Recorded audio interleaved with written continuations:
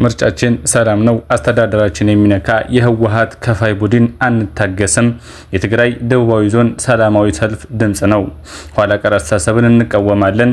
የሻዕቢያ ተልእኮ ከሚያስፈጽም ኃይል ጋር ግንኙነት የለንም። ዛሬ ግንቦት 7 2017 ዓ.ም በትግራይ ደቡባዊ ዞን ማይጨው ከተማ የደብረጽዮን ገብረ ሚካኤል ወይም ዶክተር ህወሓት ባለፈው ሳምንት የሰጠው ጋዜጣዊ መግለጫ የሚቃወም ሰልፍ ተካሂዷል። ትናንት ግንቦት 6 ዓ.ም ከኢትዮጵያ የፖለቲካ ፓርቲ የተሰረዘው ህወሓት ሊቀመንበር ደብረጽዮን ገብረ ሚካኤል ባለፈው ሳምንት ወይን ለተባለ የድርጅታቸው ልሳን በሰጡት ቃል ድርጅታቸው በክልሉ ደቡባዊ ዞን የአመራር ማስተካከያ እንደሚያካሂድ ዝተው ነበር።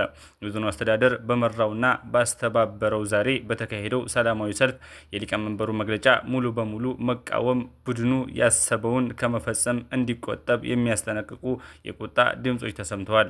በሰልፉም ምርጫችን ሰላም ነው፣ አስተዳደራችን ለሚነካ የህወሓት ከፋይ ቡድን አንታገስም፣ ኋላ ቀር አስተሳሰብን እንቃወማለን፣ የሻዕቢያ ተልእኮ ከሚያስፈጽም ኃይል ግንኙነት የለንም፣ በምስሌኔ አንመራም የሚሉና ሌሎች መፈክሮችም ተደምጠዋል። በሰላማዊ ሰልፉ የተገኙ ዳግም ጦርነት እንዳይቀሰቀስ ስጋት ያደረባቸው እናቶች በምህላና እንባ መሬት ላይ ተኝተው ሲማጸኑም ታይተዋል።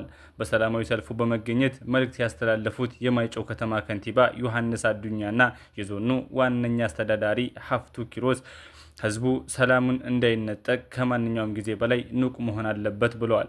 ሰልፉ ከትናንት የህወሓት ስረዛ ተያያዥነት የሌለው ቀድሞ የተያዘ ፕሮግራም እንደሆነ ቲክቫ ኢትዮጵያ የመቀለ ቤተሰብ አረጋግጧል።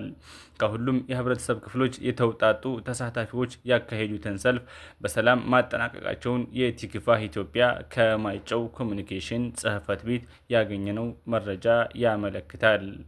መቀለ